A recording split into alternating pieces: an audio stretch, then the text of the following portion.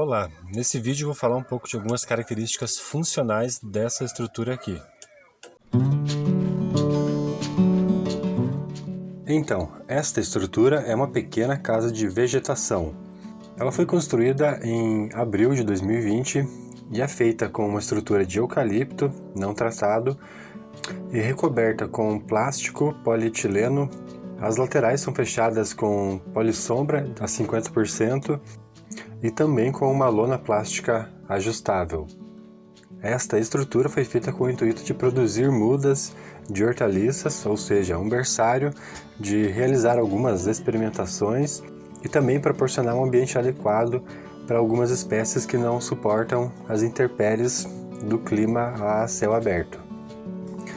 Falando agora um pouco das condições que esse ambiente proporciona, nesse espaço a radiação incidente é bastante alta, apesar de ter árvores em volta, não chega a sombrear a estufa.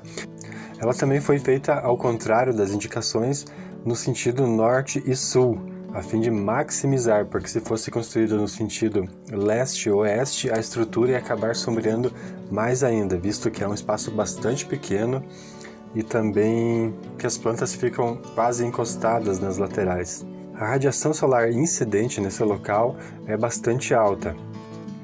Provavelmente ela reflete bastante devido ao estado da lona, que no momento está bastante suja, mas mesmo assim ela absorve bastante energia.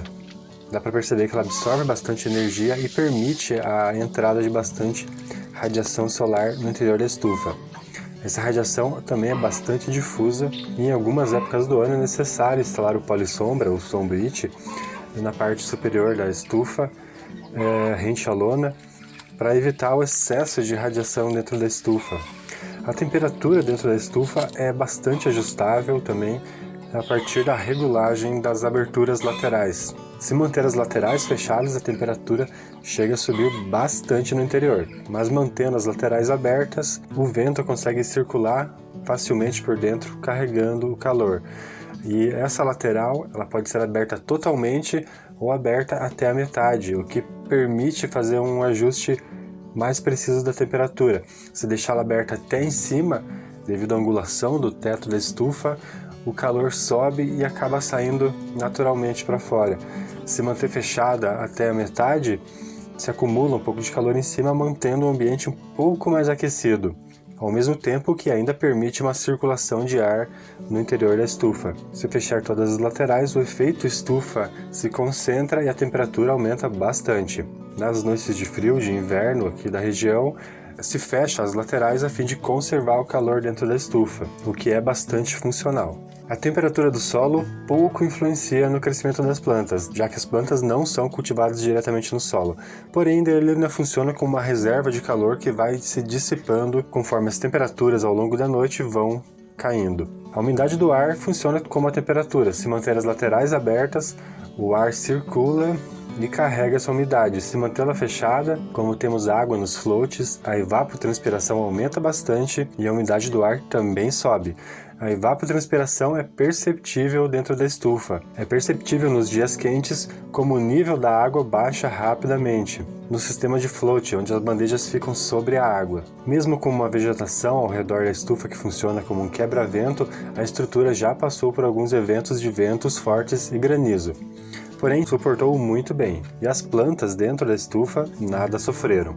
Assim como a temperatura e a umidade do ar, a concentração de CO2 também varia conforme a abertura das laterais, ou seja, a circulação de ar no interior da estufa. Também por isso, sempre se procura abrir, nem que seja um pouco, as laterais para que o ar circule dentro e esteja sempre a renovação do ar. O manejo que essa estrutura demanda para o cultivo de plantas é a abertura e fechamento das cortinas laterais, a limpeza que frequentemente é necessária, visto que o ambiente não é apenas para o cultivo de plantas, mas também funciona de certa forma como um depósito para alguns insumos. Também já foi feita a caiação na estrutura algumas vezes para evitar o acúmulo de patógenos, e o manejo de irrigação das plantas se dá da forma mais simples possível, através de uma torneira instalada dentro da estufa.